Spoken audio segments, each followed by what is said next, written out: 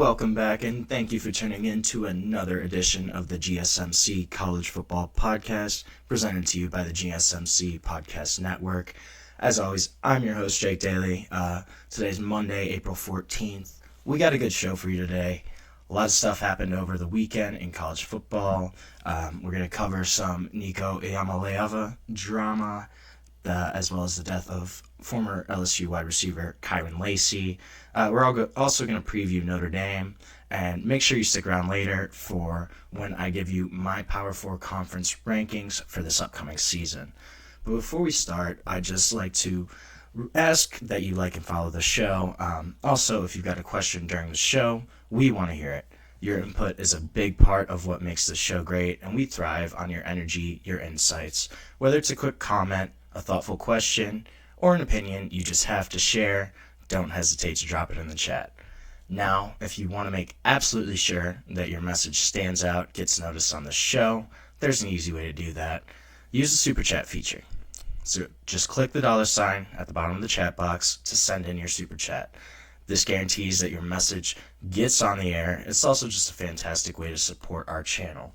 We rely on your support to keep bringing you the sports content that you love, and we appreciate every bit of it. So go ahead, let us know what you're thinking, hit that super chat button, and let's keep this show as interactive, as exciting as possible. And if you prefer, you can also go to gsmcsport.net to tip, donate, leave a comment or question there. We couldn't do what we do without your support, and we are so grateful to have you as a part of our community here at GSMC.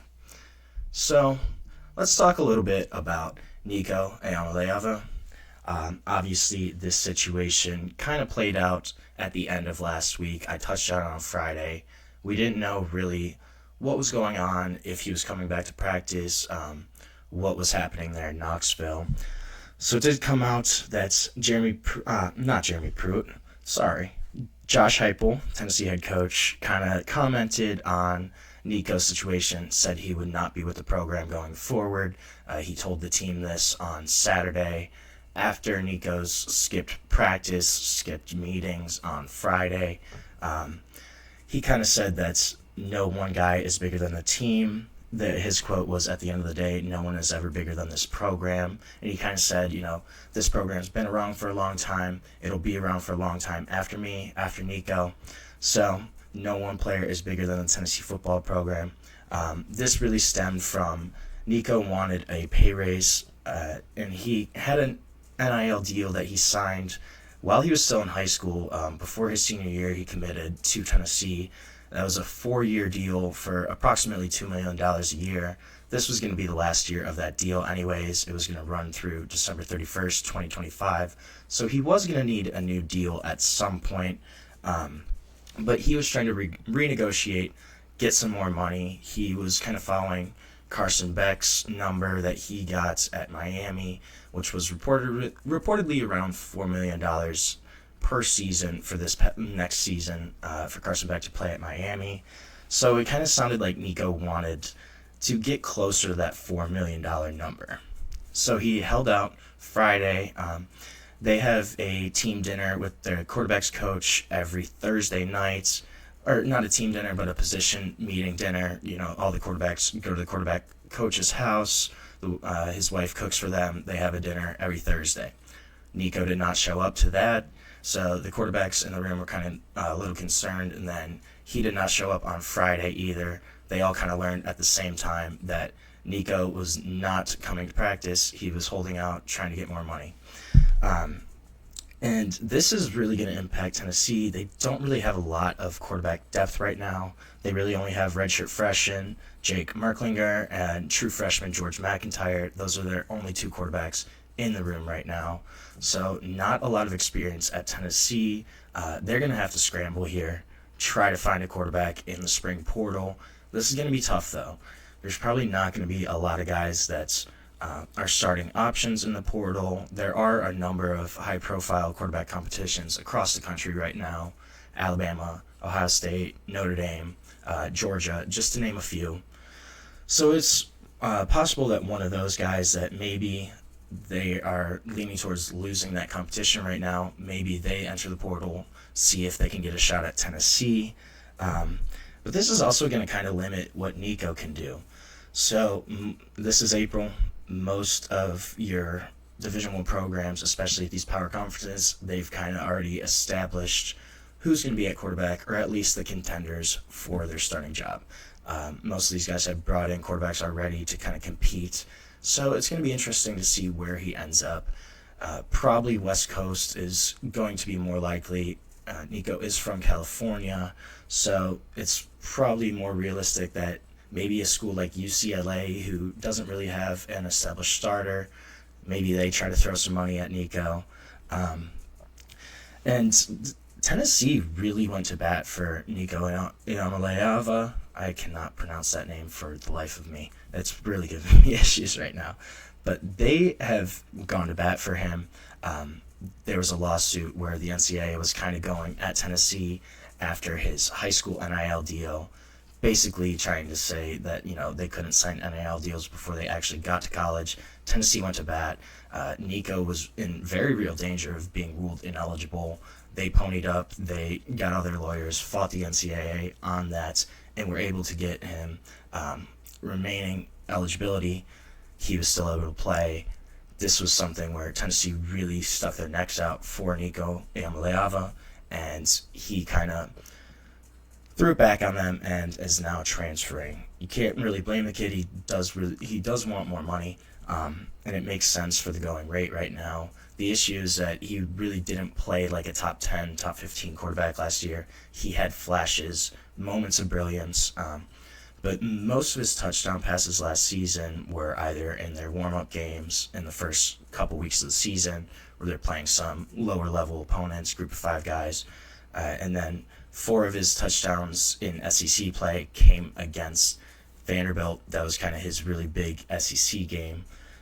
So he's shown the tools, he's shown the traits of why he was a 5-star, why he was so highly recruited, but he hasn't really shown the production, that level to get this kind of money that he wants. I think it's going to be kind of interesting to see if he actually does get that $4 million. From what I've seen, what I've read, it doesn't really seem like that's a reasonable number. It's probably going to be around $3 million for Nico. But honestly, his market value is probably less than that. He's probably pretty lucky to have the contract he did at Tennessee. But he's still going to try. He's still going to try and go somewhere else. And it doesn't seem like there's any reconciliation possible with Nico with Tennessee. Josh Heupel really kind of said, hey, you don't want to be here. You're not going to be here. I don't really see them. I don't really see a point where they kind of come back together and say, hey, we both kind of messed up. Nico's like, I didn't really want to leave here. This is kind of the best place I'm going to be in terms of weapons around me, resources, talent, ability to compete for a college football playoff spot. This is really probably his best situation that he can get in terms of just the guys around him, in terms of what this team can do. Some people in Tennessee and around that program really kind of think that this might not be Nico's decision fully. Reportedly, his family has a lot of influence there. Nick Iamaleava Sr., I don't know if they have the same middle name, but they have the same first name. His father, he's kind of really been a deciding factor in what Nico's done. Going back to high school, he kind of pushed that NIL deal with Tennessee, was the one that really set it up, got that in motion, and he was always around Tennessee's practices. He was very present there in the past, just attending pretty much every spring practice, attending every practice he could. He was always around the program, and we kind of knew that something was up when he didn't show up on Thursday. He didn't show up on Friday, obviously. And this is something that it might be more attributed to some outside external factors than we know of. Something similar kind of happened with Nico's younger brother, Madden, who is a 4-star quarterback prospect. He was a 2025 recruit. And he transferred 3 games into his season this past year out in California, I forget the original high school, he transferred to Long Beach Poly. They ruled him ineligible. Him and one of his wide receivers, they both transferred together. They kind of cited chemistry as well as the ability to get different coaching as the reason for that transfer. But it really kind of seemed as a move to position themselves better at the next level. Malachi was a UCLA commit, ended up flipping on signing day to Arkansas, and him and his father, Nick, both said that they had never even visited Arkansas, hadn't seen the school yet, and he flipped right on that day to Arkansas, to a school he had never seen before. So that kind of seemed like it was maybe a financially driven decision. And now looking back, this is kind of something that we've seen play out for a little bit. So December, his father, Nico's father, Nick, posted some tweets. One said, quote, "Need all the help we can get," with laughing emojis, kind of fueled the speculation that, hey, maybe Nico is actually exploring transferring. And another concern within the Tennessee program was kind of Nico's demeanor, just his personality.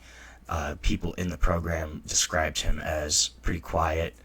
One even used the word aloof.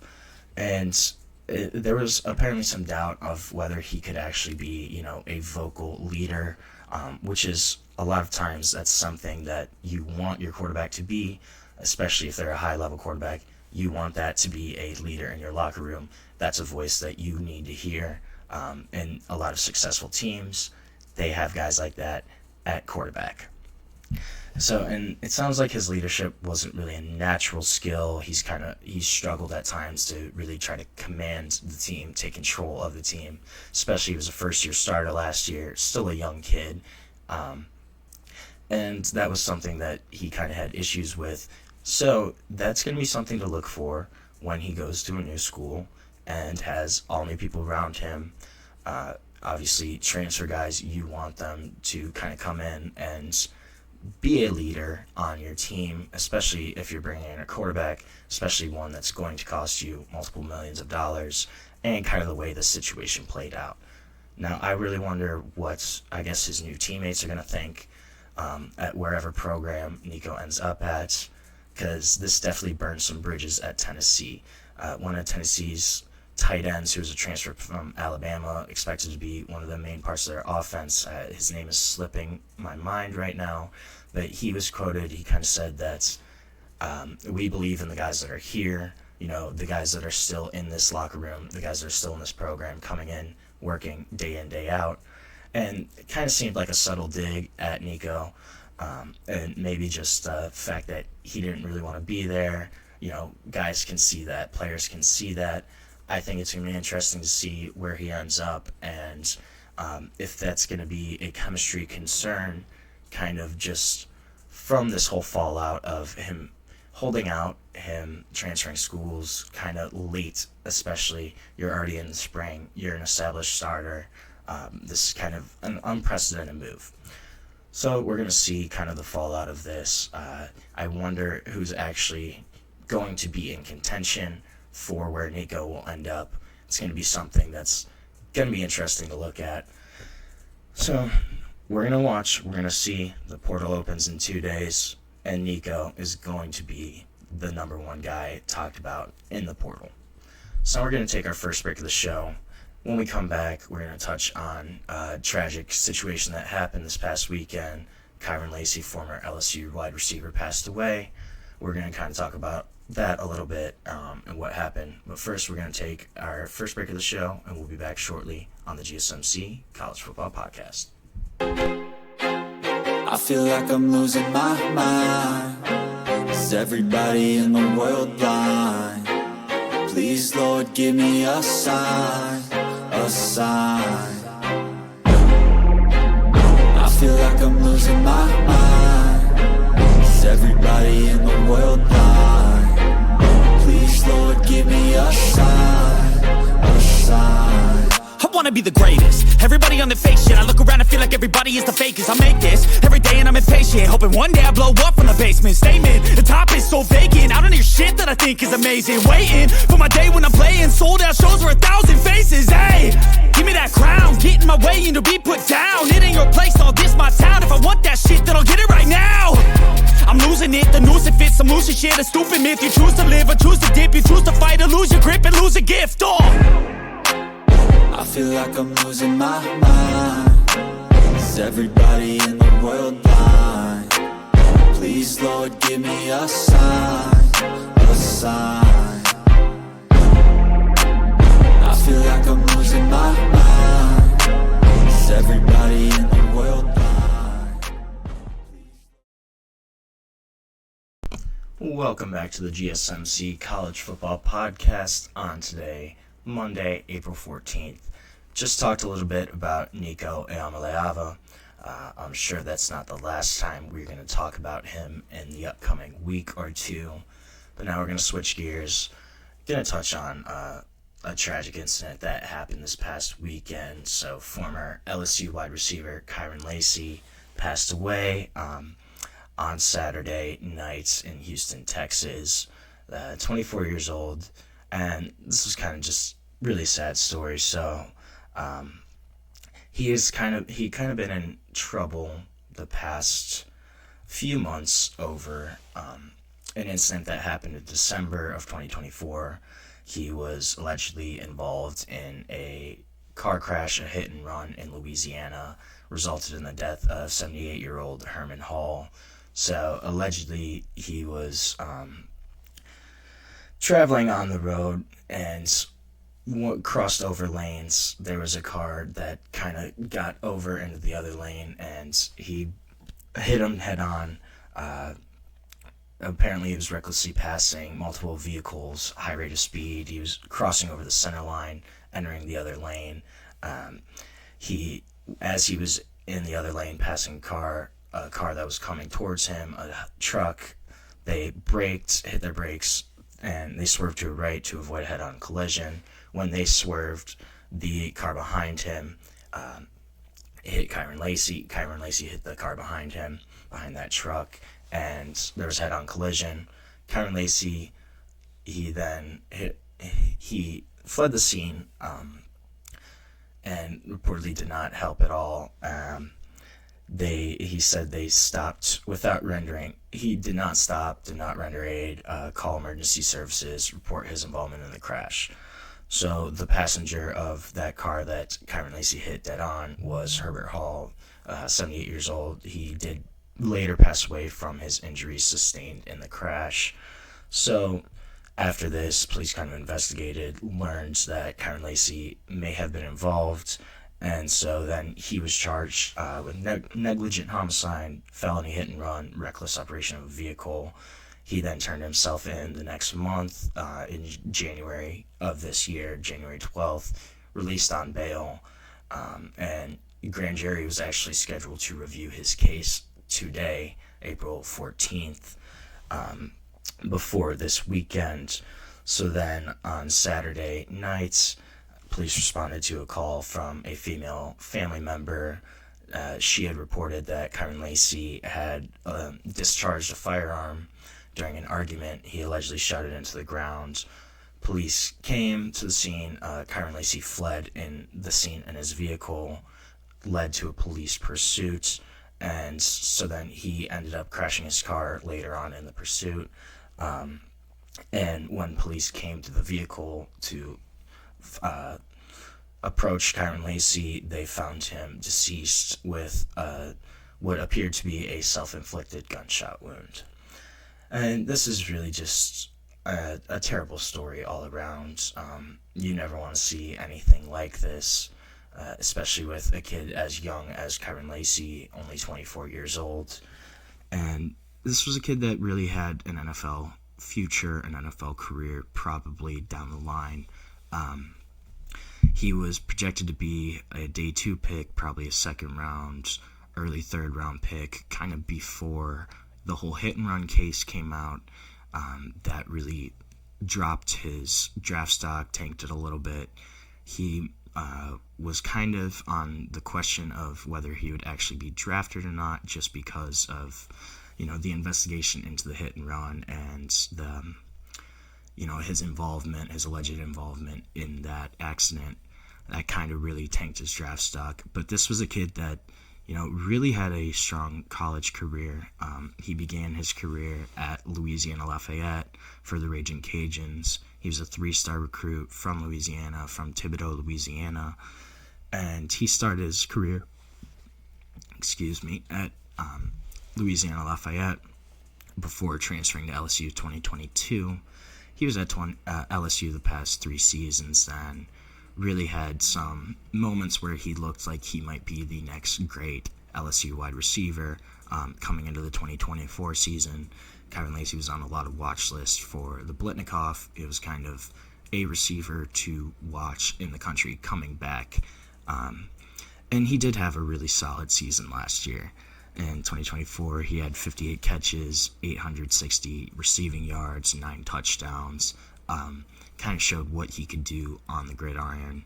But obviously, unfortunately, we're not ever going to get a chance to see Kyren Lacy on an NFL field. Just a horrible situation all around. The hit and run, and then also just Kyren Lacy's own death is really sad. And this is something that, you unfortunately see from time to time in sports, in college athletics. And, it's something you never want to see. You don't want to see young people die. You don't want to see young people really struggle with what's going on in their lives. LSU issued a statement after Kyren Lacy's death, and they kind of just said that the quote was, "We're saddened to learn of the tragic passing of former LSU football student-athlete Kyren Lacy. Our thoughts and our prayers are with his family, with his loved ones, as well as his former teammates and coaches impacted by his passing." And Kyren Lacy's dad, Kenny, also, he put a message out on Facebook that was really emotional. And he also just emphasized the importance of mental health discussions. He said that our lives have changed forever. This will never be okay, but God needed my baby more than he was needed here. And that's another big piece of this is just the mental health aspects. It seems like Kyren Lacy might have had some mental issues before kind of all of this legal issues, everything that has come to light, just the hit and run and some of the other issues that he's gone through. It really seemed like Kyren Lacy might have been struggling, and people didn't really realize. And that's a thing you see a lot of times in college athletics, just the grind of trying to balance your school life and your athletic life, especially with a guy like Kyren Lacy who's trying to get to the next level, trying to, progress his career and become an NFL football player. The mental stress, the mental aspects of college athletics is not easy, especially when you're playing a sport as tough as, you have to go all in to play college football, especially play SEC football. That's a full-time job, basically, as well as trying to go to school, trying to balance your social life, your personal life. There's a lot for a young kid to kind of try to balance all at once. And unfortunately, Kyren Lacy just wasn't able to, break past those struggles, and he's gone too soon. We hate seeing this kind of stuff. It's really tough to see, but hopefully, these kind of instances can spur discussion on mental health resources for college athletes, and just some of the struggles, the stress that they go through on a day-to-day basis. So we're going to take our next break of the show. When we come back, we're going to switch topics a little bit, make it a little lighter, and we are going to preview the Notre Dame Fighting Irish, their upcoming season, and kind of some of the guys that are returning, people to look at, and just kind of what their season might look like this year. So we're going to take our second break of the show, and we will be back shortly on the GSMC College Football Podcast. Looking for your daily fix of sports talk without having to pay for it? GSMC Sports Network is available on YouTube. Just search GSMC Sports Network. Get your fix of daily sports talk shows on YouTube, absolutely free. NFL, college football, NBA, MLB, MMA, UFC, fantasy football, and so much more. GSMC Sports Network has shows running all day long, with new sports shows starting every 2 hours. Just like on your favorite cable sports channel, except GSMC Sports Network is absolutely free. Just search GSMC Sports Network on YouTube to catch one of your new favorite shows, like the GSMC College Football Podcast, Chip Shot Football Podcast, Hoops and Heels Women's Sports Podcast, GSMC Basketball Podcast, and so many more. Check it out for yourself.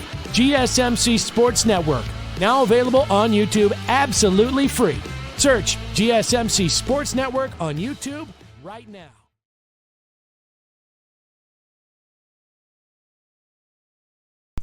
Welcome back to the GSMC College Football Podcast. Just talked a little bit about former LSU wide receiver Kyren Lacy. We're going to talk next about Notre Dame. Make sure you stick around, though, for the end of the show. I'm going to rank power conferences, who I think is the best power conference right now, and we're going to rank them 1 to 4. But for right now, we are going to get into a little bit of Notre Dame football. Notre Dame obviously coming off a great season where they had a run to the national championship, really on the strength of transfer quarterback Riley Leonard, the strong run game, really solid defense this past year. And Notre Dame's going to look to build on that. Head coach Marcus Freeman, another year in control, and he's really starting to get comfortable as a head coach. You kind of see the growth as a head coach just from his first season at Notre Dame, even to last year. During the playoff, kind of seeing the growth as a head coach and just making those on-field decisions in critical moments. I think he's a guy that can continue growing as a head coach, probably be an even more elite head coach. I think he's top 10 head coach right now, but I think that's a guy that can grow even more. So for Notre Dame right now, the opening month or so of the season is going to be huge. It's really critical for the Irish. They open up their season August 31st playing at Miami, in Miami at the Hard Rock Stadium. That's going to be a tough game for them. Week 1, having to play Carson Beck and what is hopefully a better Miami team. Obviously, they had a good year last year, kind of faltered at the end of the year. They also had a lot of games where they probably should have lost. The Virginia Tech game comes to mind. They kind of got bailed out at the end. Cal was a really close game where they were kind of getting dominated for 3 quarters, essentially. Really did not look great in that game either. But so Miami is going to be a really tough one, week 1. So then they have Texas A&M coming to Notre Dame September 13th. And then 2 weeks after that, they have to go play at Arkansas at Fayetteville in a game that's really going to be tougher than people think. Fayetteville is a hard place to play, and that's a potential trap for Notre Dame. And then the weekend after that, October 4th, they are back at home, but they play Boise State. Boise State obviously will lose Ashton Jeanty this year, but this is still going to be a really solid Boise team. They return Maddox Madsen at quarterback. They have experience, made a college football playoff run this past season, so that's going to be a tough game. That kind of reminds me of 2021 Cincinnati, where Cincinnati played at Notre Dame, and they had a really strong team that year. It was kind of a team that was under the radar. Cincinnati ended up winning at Notre Dame. That's a game I think would be really tough. And we're going to learn a lot from Notre Dame in that first month of the season. I think they probably beat Miami. I think Texas A&M is going to be a really tough game at home, especially after last season. Notre Dame going into Kyle Field, beating Texas A&M at home in the opener. That was a really strong win for the Irish, kind of propelled them to the college football playoff. And Texas A&M is going to be looking for revenge. They're going to come back. They're going to want to avenge that loss against Notre Dame last year and beat them on their home field this time. So the blue and gold game, their spring game, was on Saturday, and really this was kind of a big showcase for the quarterbacks and what's going to happen, who's going to be their starter at Notre Dame. It's a big question mark for the Irish right now. You still have Stephen Jelly, CJ Carr, and Kenny Minchey are all still in the competition. Marcus Freeman hasn't really said who's in the lead right now. He's kind of had the same rhetoric around it for pretty much the entire spring of just kind of, hey, all these guys have been really good. So I just want to go over some of the stats from Saturday. Obviously, spring game stats aren't the greatest indicator, but it does kind of show us how these guys have been progressing throughout the spring and maybe who kind of shows the most. So Stephen Jelly, he was pretty clinical, not overly impressive with his throws, but steady and kind of what you've seen from him when he had to come in against Penn State. Some of the other times he's got actual playing time. Stephen Jelly's kind of been a steady presence at quarterback. 8 for 11, 108 yards, threw 1 touchdown to freshman Scrap Richardson. Didn't have an interception. He was credited for 1 rush for -8 yards. Rushing yards in the spring game kind of underrepresented. Quarterbacks couldn't be tackled, so once they take off, it's not really live at that point. But so the rushing yards are kind of not a fair stat in this perspective. Kenny Minchey, he wasn't as accurate, only 6 for 14 passing, 106 yards, no passing touchdowns, no interceptions. He really showcased his dual threat ability. Was credited with 1 yard rushing on 6 carries, but those couple of carries, there were probably a few in there where he could have taken off for 15, 20 yards if it was a real game. Really showcased his ability to kind of take off, scramble, and use his legs to extend plays.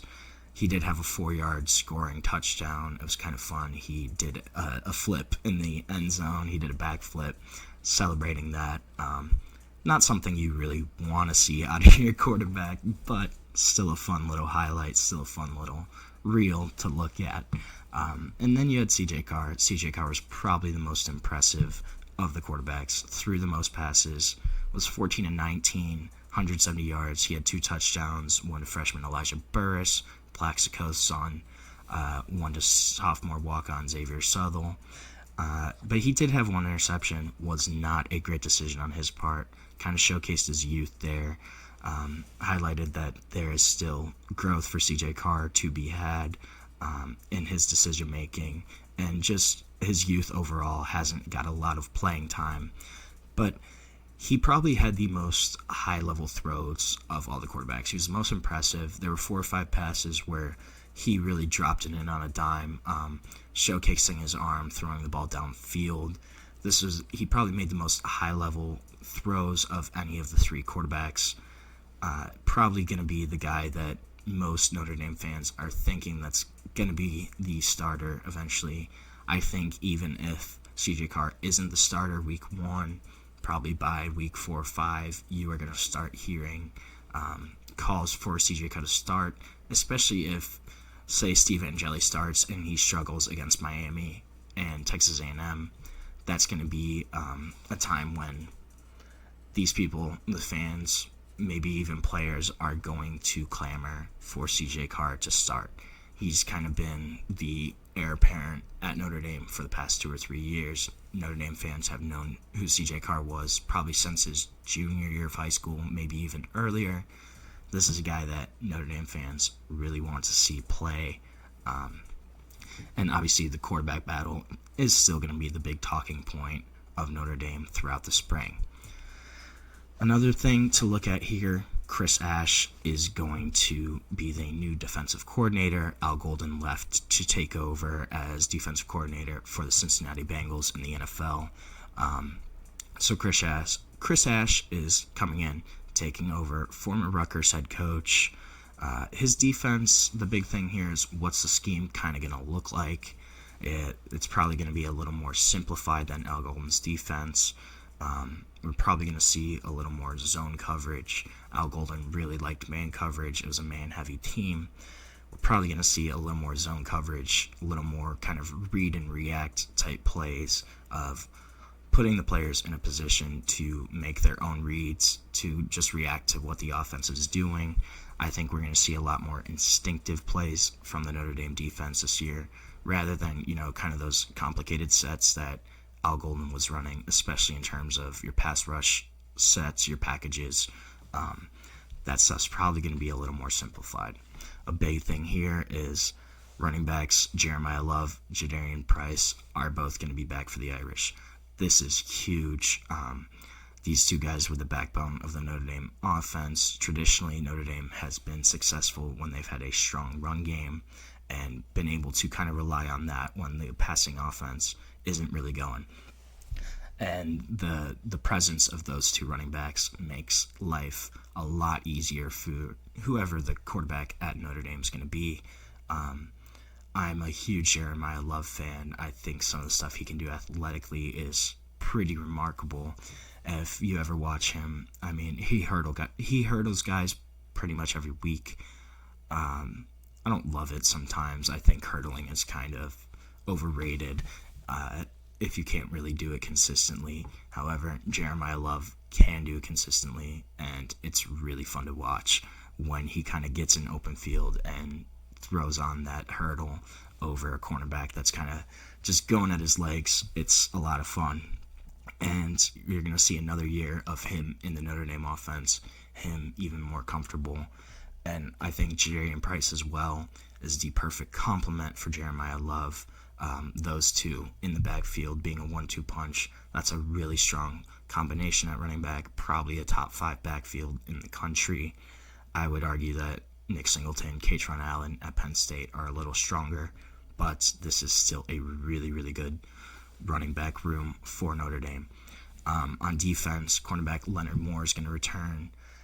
He kind of was thrusted in the spotlight last season. Benjamin Morrison was supposed to be the number 1 cornerback for Notre Dame. He suffered a season-ending injury, kind of thrust Leonard Moore into the spotlight, and he really played well. He's probably going to be your number 1 cornerback this year, really move into that role. And another year as kind of a cornerback growing up, maturing, that's going to be really good for Leonard Moore. I think he's going to have a strong season. I'm really looking at Jalen Sneed as a linebacker this year.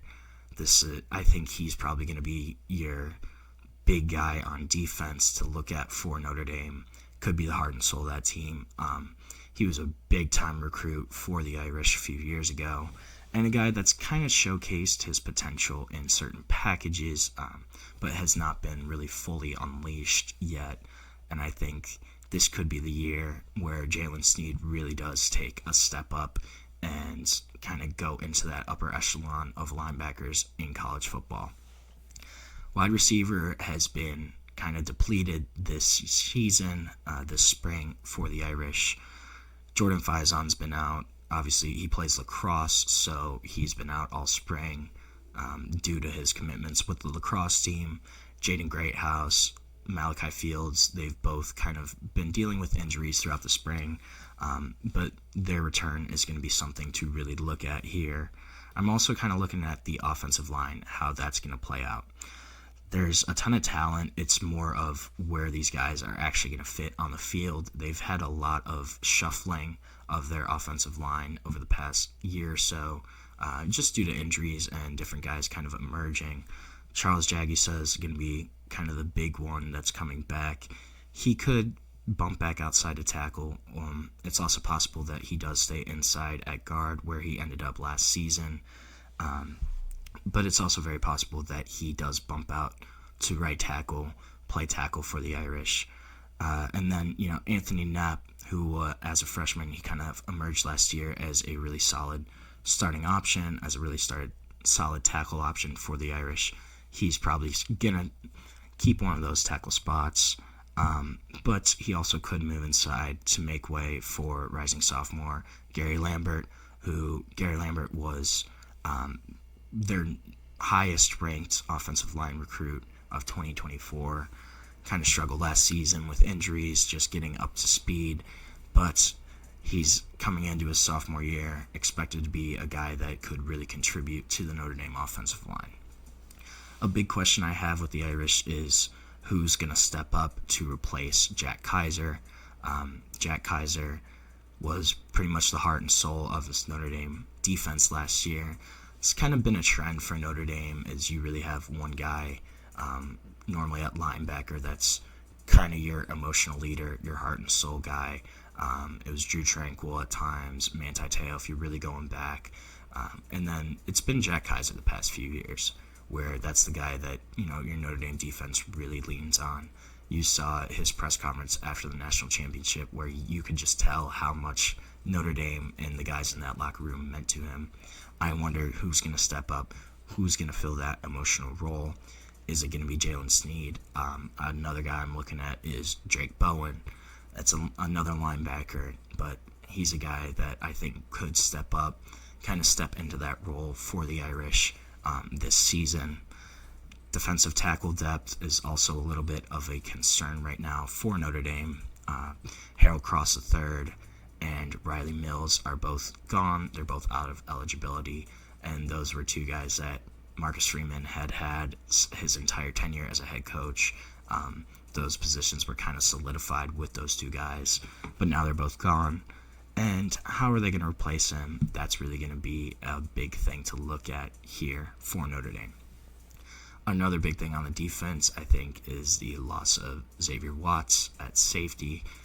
Xavier Watts has been really highly productive for Notre Dame the past few seasons, had a ton of interceptions over the past couple years, really been a strong ball-hawking safety for them. Who's going to step up at the back of that secondary and kind of take over that role, step up as an enforcer, as a patroller of the deep areas of the field? I think that's going to be really interesting to look at. But this Notre Dame team, they're not going anywhere. They still have a lot of talent, and they're still going to be knocking on the door for a playoff appearance, for a playoff spot this upcoming season. And we're going to see who the quarterback is, so that's really going to be the big thing. I think, though, whoever the quarterback ends up being, they're going to be all right. Notre Dame's still going to have a good year. I think they're going to be right there in contention for the college football playoff again. So when we come back, we're going to take a short break now. When we come back, we're going to talk about another quarterback that's kind of had some legal drama in the past week or so. We're going to talk about Jaden Rashada, kind of what's going on there, and get into that.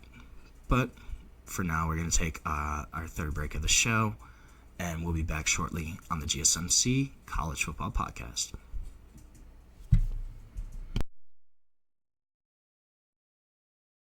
For the best and latest podcasts available anywhere, go to the podcast app on your cell phone and type in GSMC to access free content-rich podcasts on health and wellness, book reviews, sports, entertainment, relationships, social media, movies, technology, finance, and even weird news. Subscribe and download the GSMC Podcast Network's family of shows, available everywhere podcasts are found.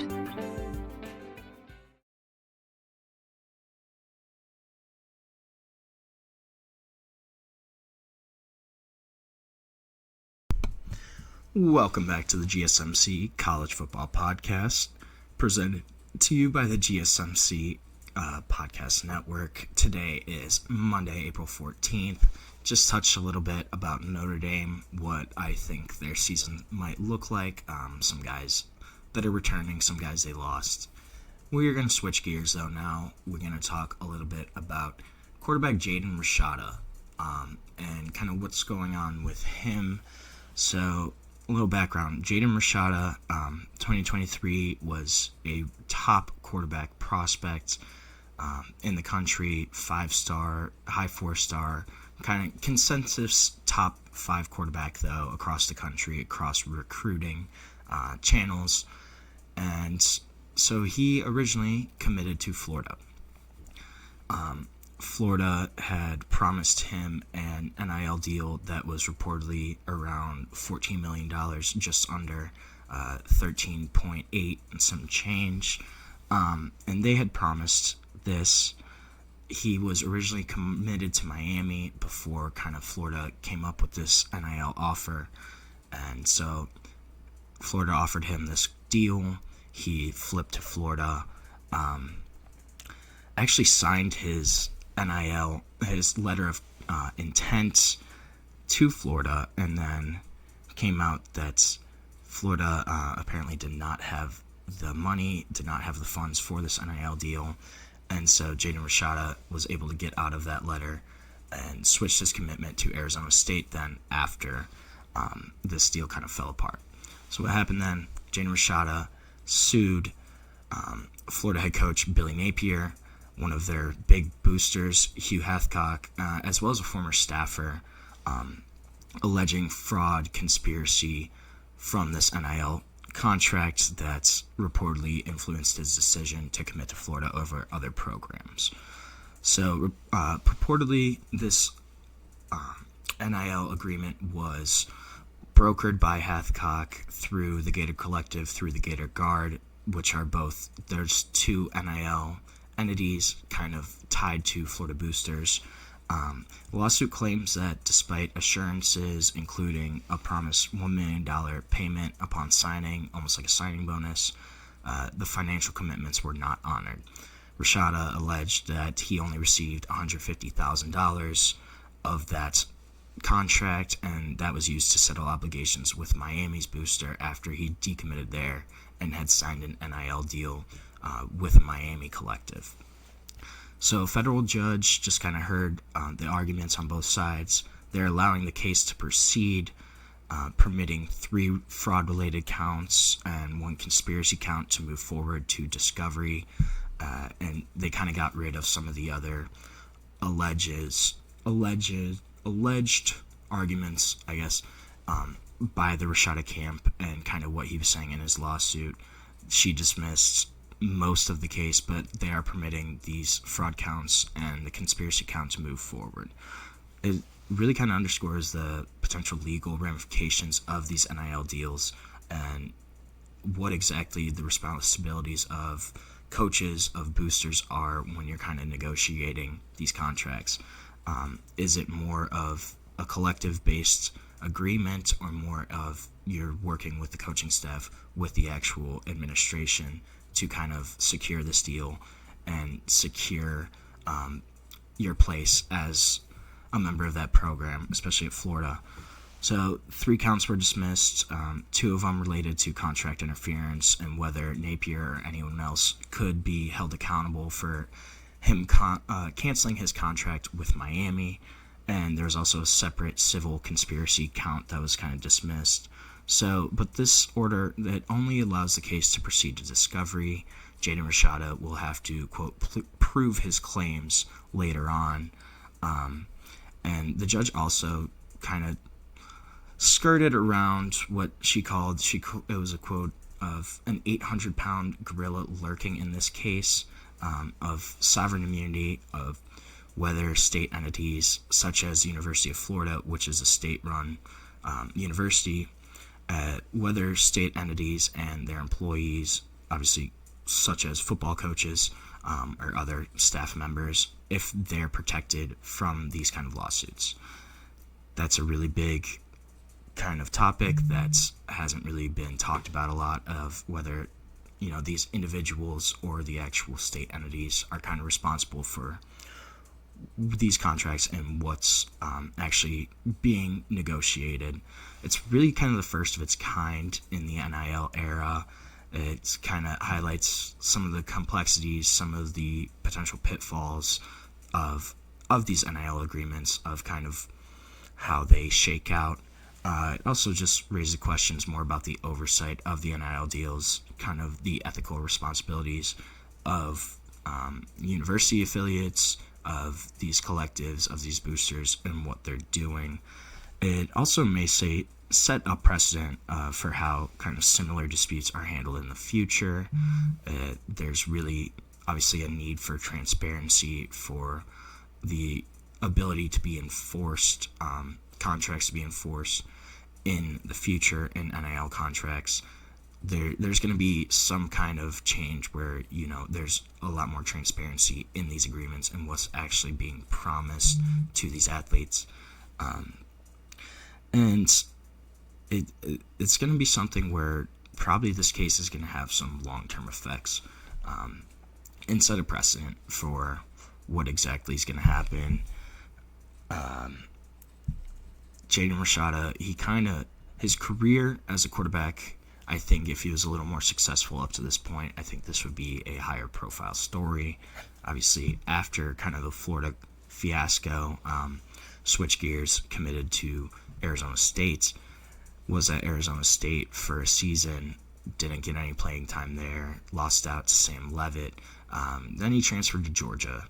Georgia didn't really play last year, played in a game or two, I believe, got an appearance kind of in garbage time.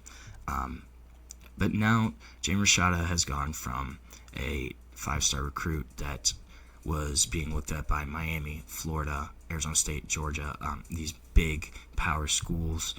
And now he's reportedly in contact with UConn, Tulane, Western Kentucky. Those are the big 3 schools that I've heard in connections with Jaden Rashada. Just kind of showcases how far, your pedigree can fall as a recruit, as a player. Just 2 years ago, he was one of the most sought-after quarterbacks in the country. Now he's being looked at by a group of 5 programs that, obviously Tulane, Western Kentucky, they've had some success in the past few years recently, but it's not on the same level of a Georgia, of an Arizona State, of a Miami, of a Florida. I wonder if any of the schools that are interested in him right now, if kind of this NIL lawsuit has had any factor, any role in if a program is going to go after Jaden Rashada. He's still not signed right now. I believe he's still technically at Georgia. He obviously was in the portal, but he doesn't really have a clear path as an NCAA quarterback. The TJ Finley at Tulane potentially opened the door for him to go there and potentially be the quarterback there. But again, that's not set in stone. I'm not really sure where he's going to end up. This is a guy that really had a lot going for him coming into college, and it's kind of all gone by the wayside, just in terms of playing time, in terms of off-the-field stuff. And what's going to happen with Jaden Rashada is going to be really interesting. I think we're going to find out soon where he ends up, what program he's going to go to, but it clearly won't be on the same kind of caliber program as where he was before. So we're going to take our last break of the show now, and when we come back, we are going to rank the Power 4 conferences. These are going to be my rankings, what I think personally about the 4 power conferences. But we're going to take a short break. We're going to come back. We're going to talk about the power conferences on the GSMC College Football Podcast.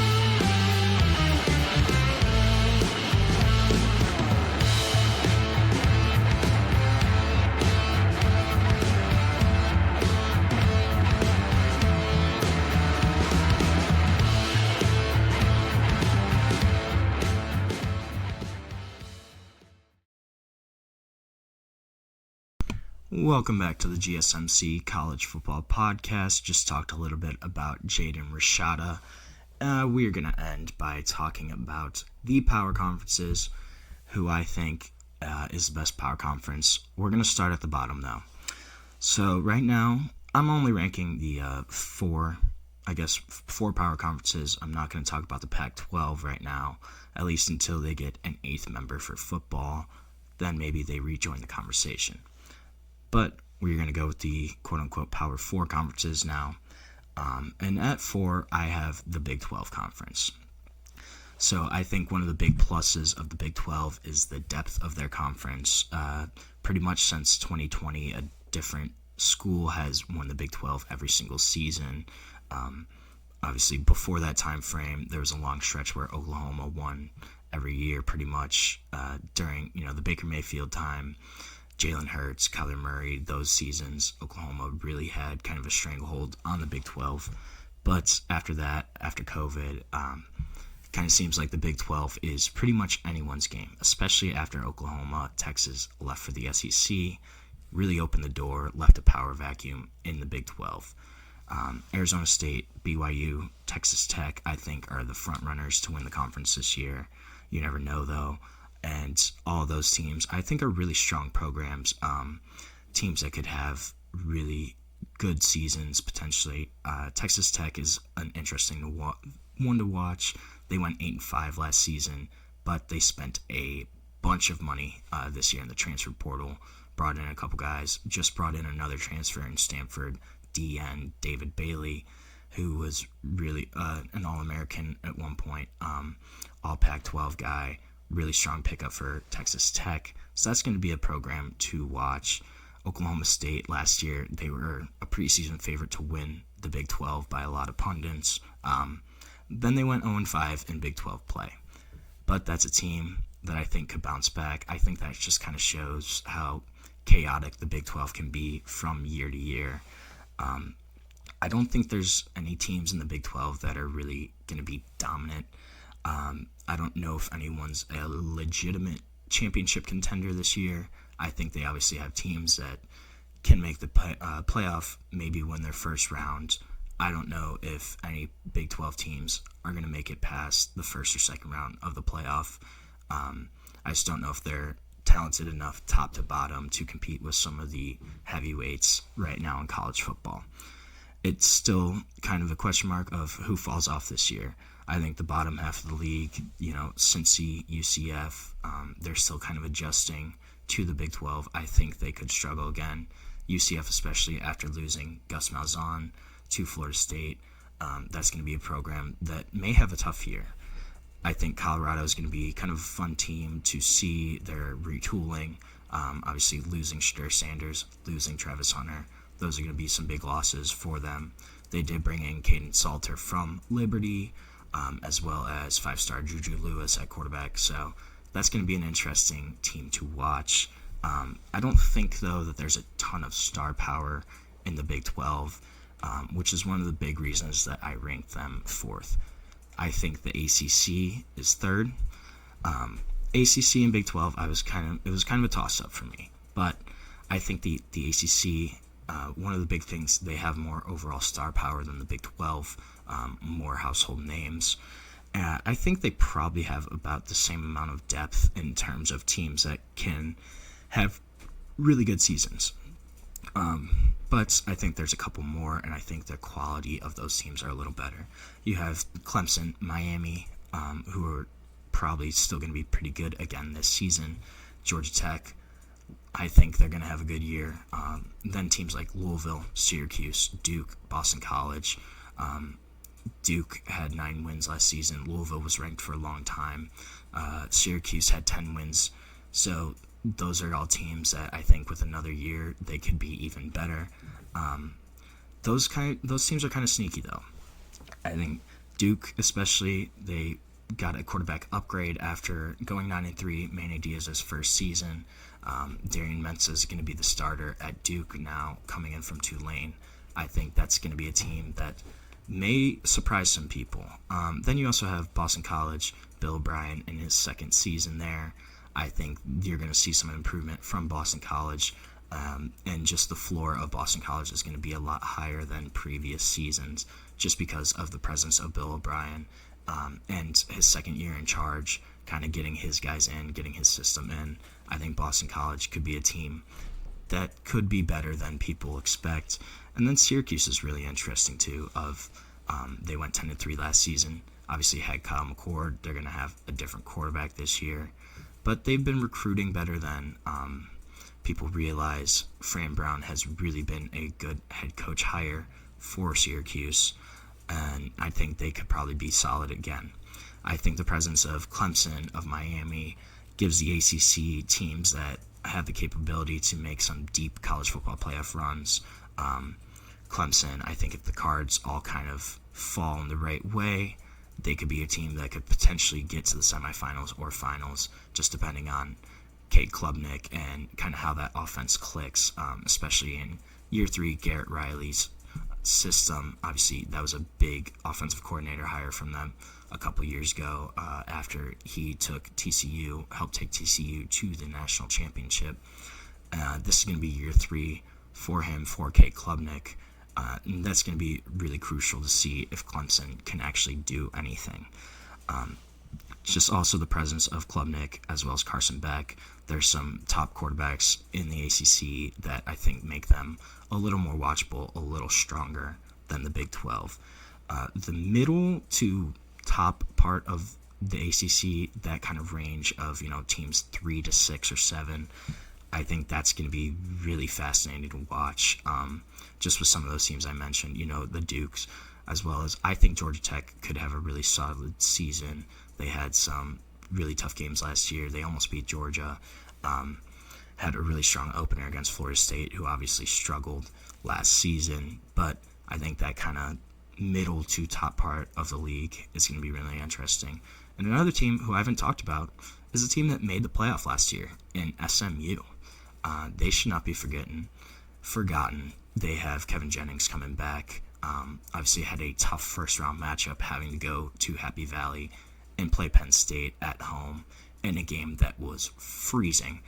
And then I think Florida State, just kind of what happens with Florida State.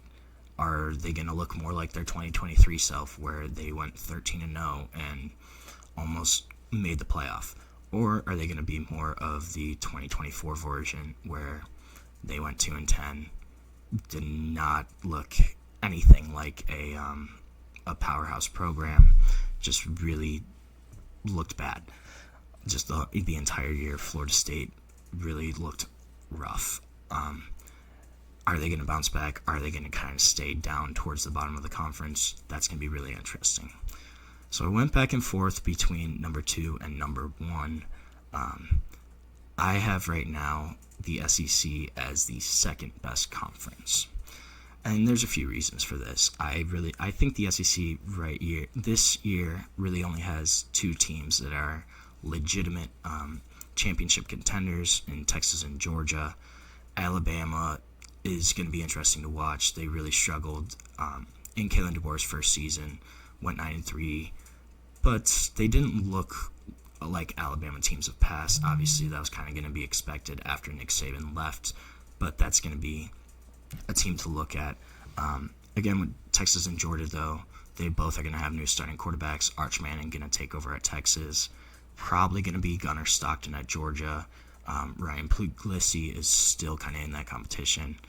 But then, Texas A&M, I think, will have a good year. Mike Elko, I think, is a really solid coach for them, and has really kind of found his footing in terms of recruiting Texas and recruiting that state, and he's kind of starting to pick momentum back up. I think Ole Miss and Tennessee are kind of going to be really big question marks, especially after Tennessee with losing Nico. What's going to happen there? Who's going to be their starter? I am kind of curious about South Carolina and LSU. South Carolina went 9-3. I think they're kind of a team with an upward projection. Lenore Sellers is going to be a really fun quarterback to watch as he continues to grow. LSU, Garrett Nussmeier is returning. He was one of 6 quarterbacks last year to throw for over 4,000 passing yards. And they're going to be a team that I think is going to bounce back, probably win a couple games. more than they did last year, maybe be 10-2, somewhere around there. But it really kind of feels like a transition year for the SEC this year. Just some of those programs that have been pretty strong in years past kind of are retooling, had a lot of guys leave. Ole Miss especially, they had a bunch of dudes declare for the draft. Most of that team from last year is going to be gone. So I think this is kind of a transition year for the SEC. I do think that the bottom of the SEC, though, is probably a higher quality than the bottom of the Big Ten. I think when you're looking at, Kentucky, Mississippi State were at the bottom of the SEC last year. I think those teams are better overall than Purdue, Maryland, Rutgers, the teams that were at the bottom of the Big Ten last year. However, I do have the Big Ten as number one. I think the number of true championship contenders, as well as just the depth of the conference, makes them the best conference in football right now. Oregon, Penn State, I think Ohio State's still a contender, even though they will obviously have a new quarterback. And then you also have teams like Michigan and Indiana that are kind of hanging around. Oregon and Penn State in particular, they really return a lot of pieces. Oregon's been really strong and just retooling each year. They will have a new quarterback in Dante Moore, but they've had a new quarterback the past few seasons and have seemed to kind of transition really well in between quarterbacks. Penn State obviously will return Drew Aller, return Katron Allen, Nick Singleton. Will still have a really strong defense. That's going to be a team that's I think this is a make-or-break year for Penn State. Michigan, I think they're going to be kind of an interesting team. They really had a strong finish to last year. Did not have a great season overall, but finishing strong, beating Ohio State in Columbus, as well as beating Alabama in the ReliaQuest Bowl. They have a ton of momentum going into the season, as well as now Bryce Underwood is on campus in Ann Arbor, number one quarterback of 2025. I don't know if he'll start right away, but I think we're going to see him really early into the season. And if Michigan's quarterback play improves slightly even, they really had poor quarterback play last year. I think if they have even average to above average quarterback play, they're going to be a team that win total is going to increase again. Indiana had a 10-win season last year, made the college football playoff. It's going to be year 2 for Kurt Cignetti. I think they have a more talented quarterback this year in Cal transfer Fernando Mendoza, who had some really great moments last season for the Cal Bears. But I think Indiana is going to be a team. They're still going to be around. It's going to be year 2 for Cignetti, and I think they're still going to be a really quality football team. Illinois also, they're going to return Luke Altmaier. They had a decent year last year. They were ranked for most of the season. I think they're going to be right back up there again. Then you have teams like USC, Nebraska that have the talent, and there are teams that could potentially make the jump to a 9 or 10 win team. I think one of them probably wins at least 9. I don't know if both of those programs do. Nebraska in particular with Dylan Raiola as the quarterback for another season. I think that's going to be a team that could really make some noise. And then in terms of UCLA, I think that could be a team where Nico Iamaleava ends up at. It's a program that makes sense, and it's very possible that UCLA, if they get Nico, they could improve to be a much stronger program than last season. I think the storylines across the country kind of make the Big Ten the most interesting league at this point for college football. And this is going to be the league their games are going to change the national landscape, going to change what happens week in, week out with the college football playoff rankings. And I think that this league is going to make the most waves in this upcoming season for college football. So that's going to be all for our show today. Thank you so much for tuning in and listening. If you enjoyed, please remember, subscribe to the channel. And if you want, follow us for more content on Facebook, Instagram, Twitter, TikTok for more updates, more sports content that you love. Thank you so much, and have a great day.